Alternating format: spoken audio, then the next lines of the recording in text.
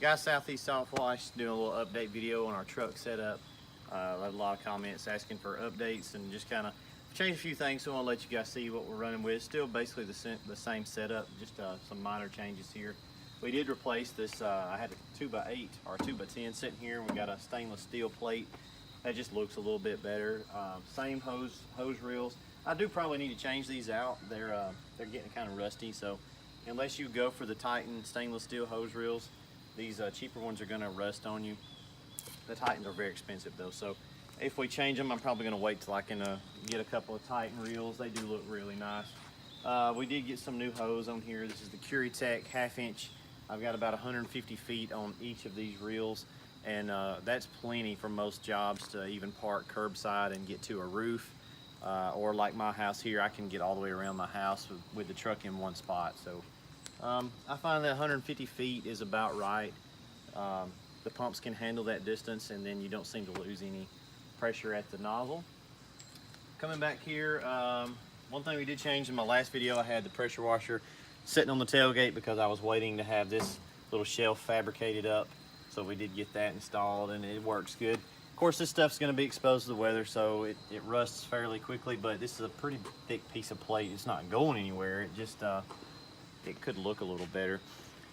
Got my hose, my pressure washer line kind of tied there. I'm not satisfied with that. I'm going to eventually add a third hose reel to that side just for pressure washer line, and then I'll just put a little jump hose from here to there. So that all works out great, and as you can see, if you look over in the back of the truck, we keep 250 feet. I think that is, it may be 300 feet. It's a good bit of the good quality garden hose there, and that's the supply line for our pressure washer. It rolls up right underneath there, so I like that. It's all kind of compact. Coming around to this side, nothing's really changed over here. We've still got our blend system here, the Pro Mix-a-Lots, and our pumps are located on the inside. Same two pumps we had in the previous video. We've been running those pumps for a while now.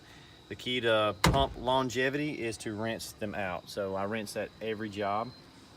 We did have one of our valves go out here on the SH line for our, we call it red, the red pump, because we used to have a yellow and a red hose, but now they're both red. So this is still our, what we refer to as our red line. But the SH valve on this one went out, but my goodness, it sprayed, I don't know, several thousand gallons of SH through it.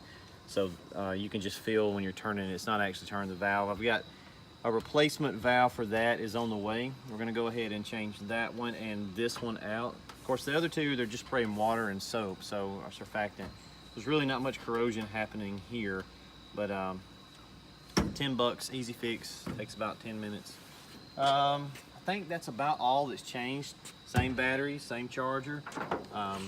Pigtail here. I actually need to probably plug this up tonight and let my batteries charge. I didn't work today, I was out advertising, but so just to let you see what happens when we get home, I just keep this little strap.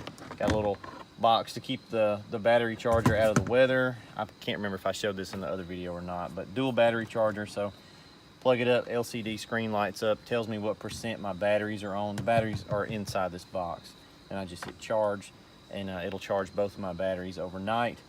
When I come out the next morning, they're good to go. I just unplug my little pigtail here.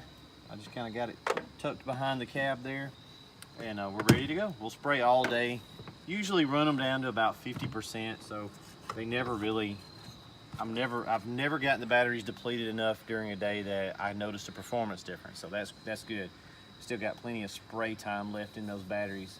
Ladders are, you know, still up there up top, so I don't think anything else has changed, guys. Just wanted to kind of give you an update on the truck. I do like the pressure washer being mounted much better, so that allows us to shut the tailgate, which, you know, every truck setup's going to be the same, and if you build your own skid like this, you're going to have to play with it a lot and get it how you want it. One thing that has happened, which it's just a matter of time, is our surface cleaner went out, the bearings in the surface cleaner. So we've been using our little backup surface cleaner here. This is just a little small one. It's, I think, 16 inch. But we got a 20 inch. I'm just going to wind up buying another one. I bought a bearing pack, and I could probably fix it, but man, those things are pressed in there pretty tightly. So I took it to a machine shop. They've got it right now. They're going to try to pull those old bearings out and put some new ones in there and see if we can get it back running. If so, we'll have two 20-inch surface cleaners, but for now we're just using the small one. It's pretty fast. It's just, I don't like it as much as the floating surface cleaner, that 20-inch. I like that a little bit better. But so yeah, that's really a few updates there. It's not much, but that's how we're rolling. I don't see this getting much more efficient. So that's the truck setup. So hopefully that answers some of your questions. Fortunately, here in the South, it doesn't get too crazy cold. I'm gonna winterize this pump here in a couple of weeks.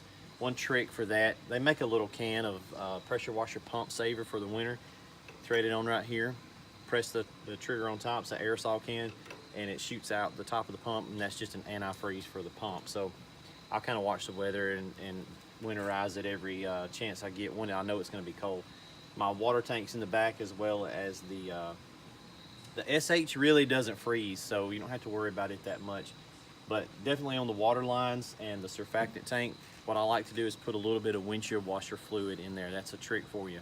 So that's got an anti-freezing agent in it. That'll keep your pumps, at the end of the day when you rinse out, you're running a little bit of antifreeze through everything, antifreeze, so to speak. It's environmentally friendly. It has to be, right, because when you hit your wiper blades, that stuff goes out into the air and into the ground. So it's not going to hurt anything as far as the environment for me to run some windshield washer fluid through. And I'll just keep a couple gallons in the truck, put a little bit in each tank throughout the week, and then when I rinse, you know, if I know it's going to be cold the next morning, below freezing anyway, I'll run a little bit through there, and that should save the pumps from any issues and, you know, any freezing up in the line. So if you live in a cold climate, you probably need to do a little bit more research on the best ways you can winterize your truck setup. We work year-round down here, so for example, last year we probably only had a dozen days that it was below freezing, so it's just kind of sporadic. But that's pretty much it, guys. Wash on, stay tuned. We're going to do some more update videos. We're still building our our batch skids, Softwash skids. I had originally priced those at $1,300. I'm going to have to up those to $1,500. I'm going to do another video, the next skid we build. Some of the components wound up costing a little more than I originally thought they would. So we're going to probably be at $1,500 for those batch skids. That's the one tank, hose reel, pump on a pallet. We're also going to be building some blend skids, which will be just like what we use on our truck. Those are going to be a little bit more, probably closer to $3,000, because there's a little bit more going on with those, but they're a whole lot nicer. So haven't built one yet. Hopefully we can get some money saved up. We can build a prototype, put a video out there, and you guys can decide whether or not you want to buy one of those. It'll still be cheaper than anything else you can get on the market that I'm aware of that's turnkey, ready to go. So the batch skids, again, they're going to go up to $1,500.